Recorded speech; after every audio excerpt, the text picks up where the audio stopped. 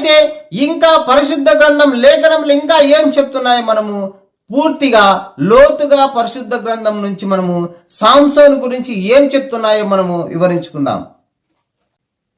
సంఖ్యాకాండము 15వ అధ్యాయము 39వ వచనంలో ఒక మాట ఉంటుంది.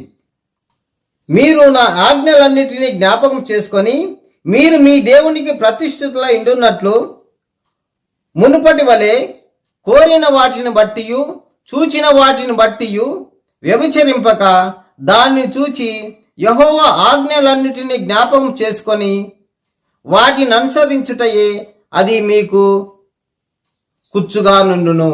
అయితే ఇక్కడ ప్రతిష్ఠితమైన జనము అంటున్నాడు కదా. ప్రతిష్ఠితమైన జనము కోరిన వాటిని చూచి వ్యభిచరింపక, కోరిన వాటిని చూచి వ్యభిచరింపొద్దు అంటున్నాడు. ఇక్కడ సాంసోను ఏం చేసినాడు?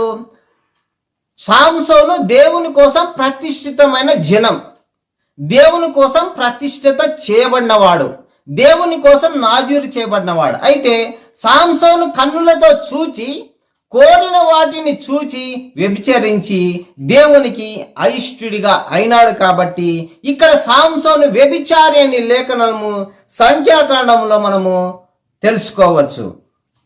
మరి ఒక లేఖనం ఏం చెప్తుందో రోమాపత్రిక 7వ అధ్యాయము 3వ వచనంలో ఒక మాట ఉంటుంది, మనము చదువుకుందాం. కాబట్టి భర్త బ్రతికి ఉండగా ఆమెకు వేరొక పురుషుని చేరిన ఎడల వ్యభిచారి అనబడును గాని భర్త చనిపోయిన ఎడల ఆమె ధర్మశాస్త్రం నుండి విడుదల పొందిన గనుక వేరొక పురుషుని వివాహము చేసుకొనినను వ్యభిచారి కాకపోవును.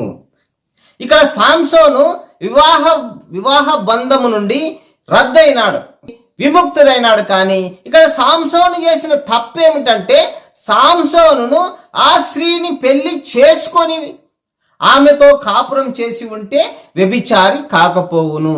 అయితే పెళ్లి చేసుకోకుండా ఒక స్త్రీతో కలిసి ఉంటే అది వ్యభిచారమే అవుతుంది. కానీ పెళ్లి చేసుకోకుండా ఆ స్త్రీతో వ్యభిచరించినాడు కాబట్టి ఇక్కడ సాంసోను వ్యభిచారిగా పరిగణించబడతాడు. మనము మరి ఒక లేఖనం చూసుకుందాం. మత్తయి సువార్త 5వ అధ్యాయము 28వ వచనంలో ఒక మాట ఉంటుంది.